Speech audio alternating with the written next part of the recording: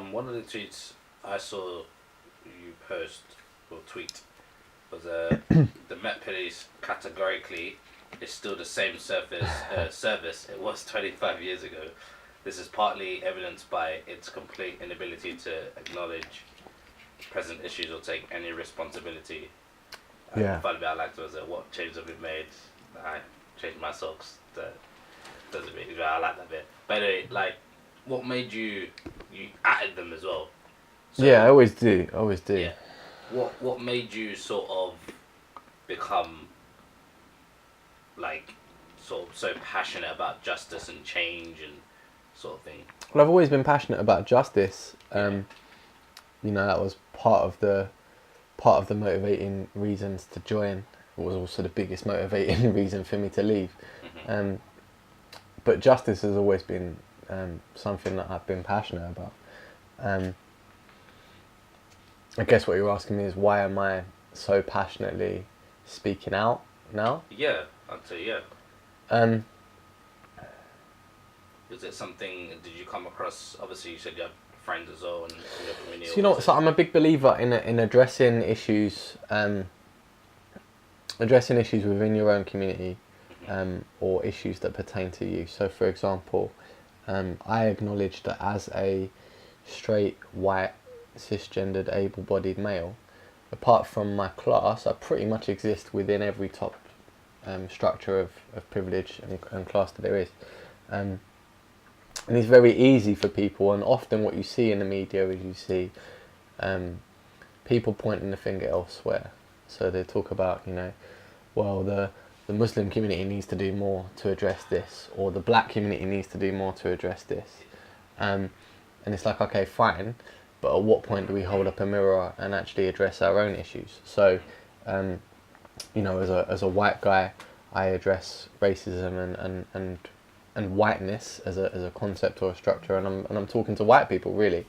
You know, as a man, if I'm talking about masculinity, I'm talking to guys, and you know, my experience as a police officer means that, you know, because that's where I'm coming from. That's what I'm going to talk about. That's what I'm going to kind of speak into. I could, you know, I can go online and I can be talking about, you know, racism within the education system or healthcare, and all of them are perfectly valid and perfectly true. But that's not my kind of area. So, do you feel like, as a white man and as an ex-police officer, especially, that your views, especially, will probably be taken more seriously? Yeah, sometimes, and that's part of the problem, isn't it? Yeah. That's part of the problem, and that's part of the evidence of privilege, because people will swear blind that this thing called white privilege doesn't exist, when all the while exactly that is happening. So I'm not delusional. I know that when I have different media outlets contacting me,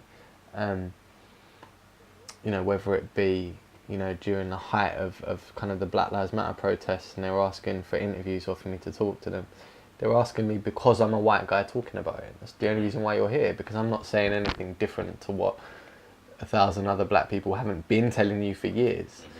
But what happens is, particularly just in my own life experience and seeing my friends and people that I love and care about talking about these issues, they're always dismissed or shut down or told, you know, you're playing the race card, Of course. or, you know, you've got victim mentality, or you don't know what it's like to be a police officer, or whatever these things are that are tactics to derail the conversation. So I think that as a white guy, I mean, don't get me wrong, people still try and derail the conversation in different ways. Yeah. But they can't say to me, well, you're playing the race card, because, well, I'm white. All I'm saying is, actually, you need to listen to what he's saying, because there's some truth to that. And as a police officer, I do know what it was like to be a police officer. I have been there and seen that, and done that firsthand. So I think it gives me, at times and in certain spaces, a little bit of credibility to be able to add a little bit more weight to those arguments. Not all the time, because sometimes you can be, you know, people will dismiss me as being anti-police. I'm not anti-police, I'm anti-injustice. So Yeah, I just think that for me personally, when it comes to privilege, it has to be about using. It's how do you use that privilege? How do I use my privilege and my platform to elevate other voices, and to amplify other voices, Mm-hmm. and being more of a, I say being more of a megaphone than a mouth. Because if people are going to listen to me, if I'm going to be invited into certain spaces, then I need to be mindful of what I do with that and how I use that in a really productive way. Because otherwise, it can just become really egotistical and it can be about you. And I would never want it to be that. Do you feel that just just to take out of Mm. whiteness, or do you feel that anyone from a certain background or culture could do more to help those who are from an oppressed background or culture? What do you mean? Sorry. So I don't want to just say could white people do more. Mm. I'm just saying do you feel that people who are in sort of the Everybody, structural higher, everybody can do more. So Yeah. everyone has a part to play. My position as a white man means Yeah. that that's what I'm talking. I'm not going to sit here and say the Nigerian community, the Jamaican community, the Muslim, like that there are other people having those conversations, and there are people from all of those spaces that are doing that work. That's not my lane. As a white man, I am going to talk to whiteness and talk to other white people and say we need to do more. This is something that we need to address, because I think that that's my responsibility, and that's absolutely my place to say that. That doesn't mean that all of the emphasis and all of the responsibility falls on us. There is a lot more that communities can do for themselves, and they are absolutely doing that. But they need to be empowered to do that, and we need to be able to work together to be able to do that. have you had conversations with anyone similar to who has the similar thoughts or sort of notions that you have? Like do you guys, not like a white coalition of racial injustice, but like is there You mean sort specifically white people? of, yeah, just Unfortunately not. okay. Unfortunately not. So, I mean, you can go online, right? It's ironic because, maybe they'll be watching. It would be nice to see. But you can go on Twitter and find a whole plethora of white people that are happy to talk about these issues. But I do continuously find that when it comes to in the real world, actually putting in the work, there are very few that are really committed to doing it. So I tend to be one of very few white people in the space. Okay. There's maybe one or two white women. There's very few white men, and it tends to always be the same faces. That's why predominantly the circles that I'm in, or if we're talking about social justice or anti-racism, etc., people know who I am because it's the same people in all of these spaces. So I find that frustrating because it would be nice to have other people that are really committed and really care and are passionate about doing that work and dismantling those systems and structures. I can probably count on one hand the amount of people that I believe are really about that.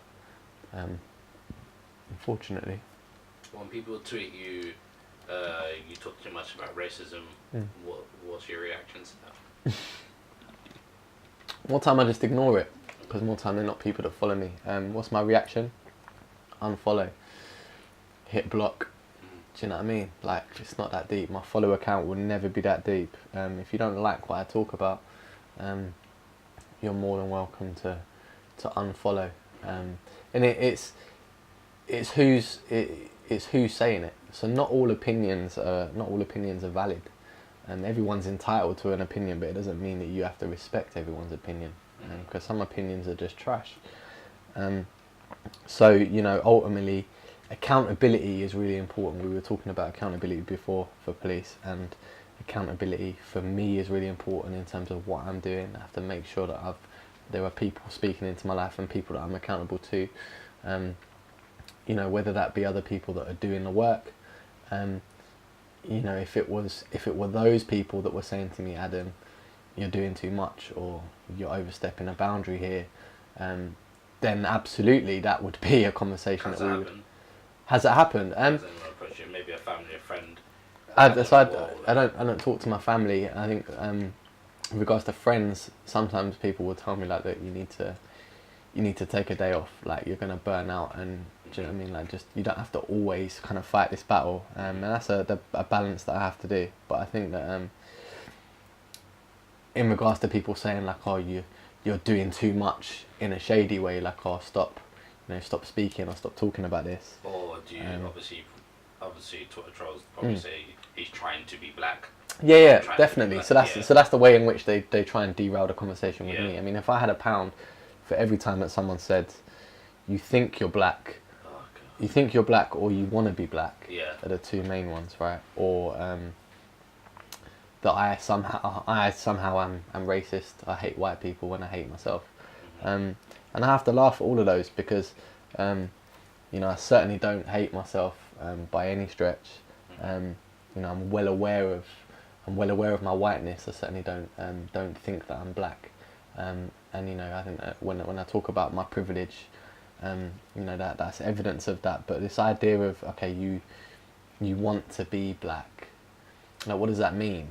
And why would I want to be black? Why would I want to give up this privilege? Why would I want to put myself in a scenario where I'm now going to be 18 times less likely to get a job just because of my name, to my white peer, where I've got to work 10 times harder to go through life, where I'm going to be continually harassed and targeted by the police? Like, why would I want that? That's not, that's just a ridiculous notion. What I would like is for those people that I love and care about, for them to not have to experience that, and for them to not go through their lives like that. So yeah, that's definitely something that I get a lot. But again, what does that, when you examine it and where that's rooted in, what does that mean? It's because of the way I speak or the way that I may dress, and it plays into this narrative or this idea that to be black or to be white, you have to be a particular way, that you have to talk a certain way.